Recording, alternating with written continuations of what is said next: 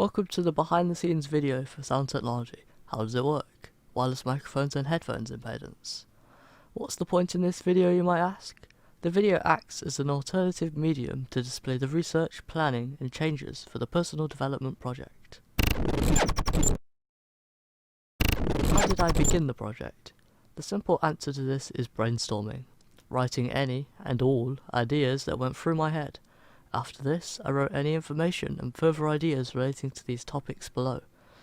What this helped me to see is which ideas were the most plausible or which were just words on a page.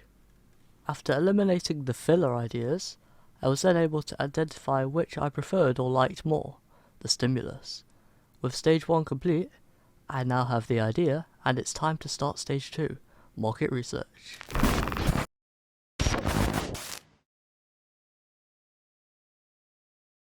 If business GCSE has taught me anything, it is that you need to not only identify the trend in existing products or services, but also identifying any gaps in the market, any space for my video. Going into this stage of the project, I have a few ideas and questions. When I was scouring the market for my own headphones, I ran into the problem of impedance. What was it? Is the sound worse? The overall question being, does impedance change the output? As well as this, I'm looking for similar style videos for inspiration. Looking at wireless microphones, how do they work? What can change the end result? Once all the research had been collated, it was time to start writing a script and planning the investigations. Stage 3, further planning.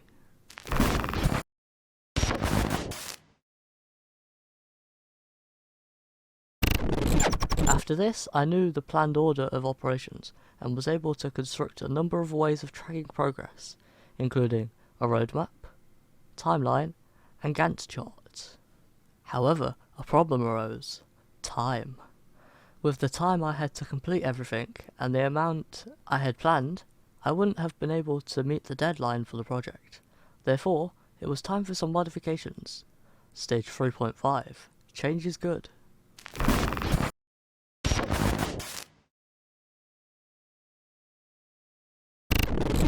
Being able to combat this problem, I needed to use some innovation along with some tunnel vision.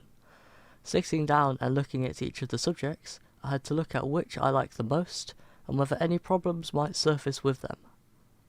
In the end, I decided to remove dead zones. Whilst researching what they might be interesting, meeting the requirements to create one may have been a bit tricky. Stage 4, filming.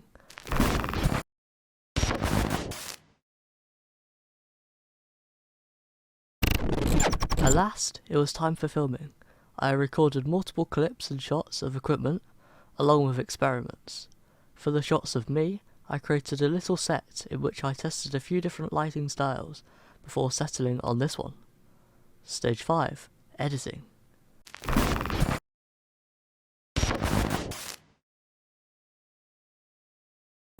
Never having used Premiere Pro before, it took me a little while to learn and get the hang of it, taking over 15 hours for the first 3 minutes to be edited.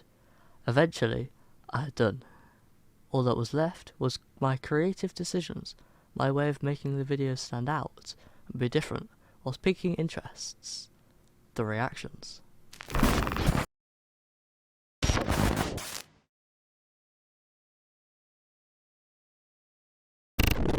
Stage 6. Watch this. For this part of the project, I emailed and messaged multiple people. After a few responses, I explained what I was doing and what I would need from them, until I got these responses. The project was finally nearing completion, with the final stage to be completed. Stage 7, final modifications.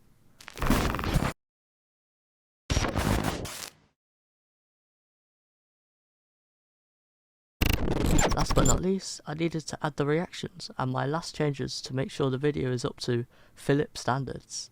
I also added credits at the end. It's only fitting to finish with a 7-stage plan, being my lucky number 7. The link to the video can be found in the description, along with the document of planning and research if you want to do some further reading. Thanks for watching.